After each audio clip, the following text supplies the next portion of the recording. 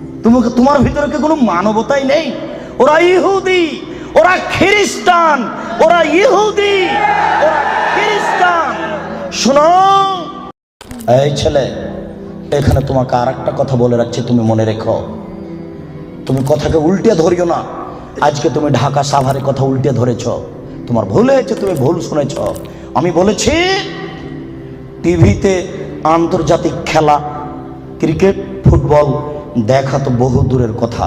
আমি বলেছি আন্তর্জাতিক খেলা টিভিতে দেখা তো বহু দূরের কথা, আন্তর্জাতিক খেলার গল্প যেখানে চলে সেখানে বসে থাকাও হারাম।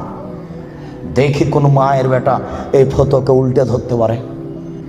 আর তোমার বাড়ির উপরে, 5 তলা বাড়ির উপরে অনেকগুলি পতাকা, তার একটা হচ্ছে ব্রাজিলের পতাকা। তুমি ব্রাজিলকে চিনো কে? তুমি কি ব্রাজিলকে চিনো কে? আচ্ছা, তুমি কি কোনোদিন ভেবেছো ব্রাজিলকে? আচ্ছা, তোমার বিদ্যা তো নেই, তোমার কি একটু বুদ্ধিও নেই? তুমি কি মানুষই নও? রাজশাহী চাঁপাইনবাবগঞ্জের ভাষাতে তুমি কি অমানুষ? তোমার ভিতরে কি কোনো মানবতাই নেই? ওরা ইহুদি, ওরা খ্রিস্টান, ওরা ইহুদি, ওরা খ্রিস্টান। শোনো, যদি তারা শোনে যে তুমি পায়খানায় পড়ে গেছ তাহলে অট্টহাসি দিবে। আর যদি তোমাকে পাশে পাই তাহলে তোমার মাথার উপরে লাথি মারবে। আর যদি তোমাকে পাশে পাই তাহলে আরো 3 বালতি পায়খানা তোমার মাথার উপরে দিয়ে দেবে। বলো দেখি ওরা কারা? ওরা ইহুদি, ওরা খ্রিস্টান, ওরা জন্মসূত্রেই তোমার শত্রু। ওরা বলছে তোমার নবী ভুয়া, মুহাম্মদ সাল্লাল্লাহু আলাইহি ওয়াসাল্লাম ভুয়া নবী। নবী হলে আমাদের মধ্যে থেকে হবে কেন?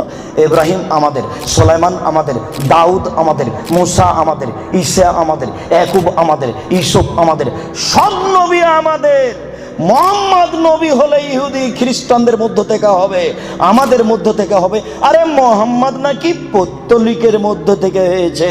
ছি ছি ছি ছি ছি, এ কেন নবী হবে? ছি ছি ছি ছি ছি, এ ভুয়া নবী। তুমি তার পতাকা মাথার উপরে তোলো কাপুরুষ। তোমার বিদ্যাকে আমি কবর দিতে এসেছি, তুমি মনে রেখো তোমার আমি কিছু না কিছু উপকার করবই করবো ইনশাআল্লাহ। শুনুন, দুনিয়াতে 2টি পাপ আছে, মানুষ না করে পাপী। ফুটবল ক্রিকেট র্যাকেট খেলা যায় ওই সময়তে যখন টাকার হারজিত থাকবে না, শরীর চর্চা থাকবে, তখন যায়।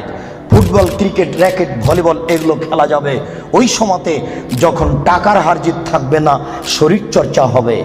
আর যাতে শরীর চর্চা নেই, বসে বসে সময় কাটাই, এটা খুবই খারাপ।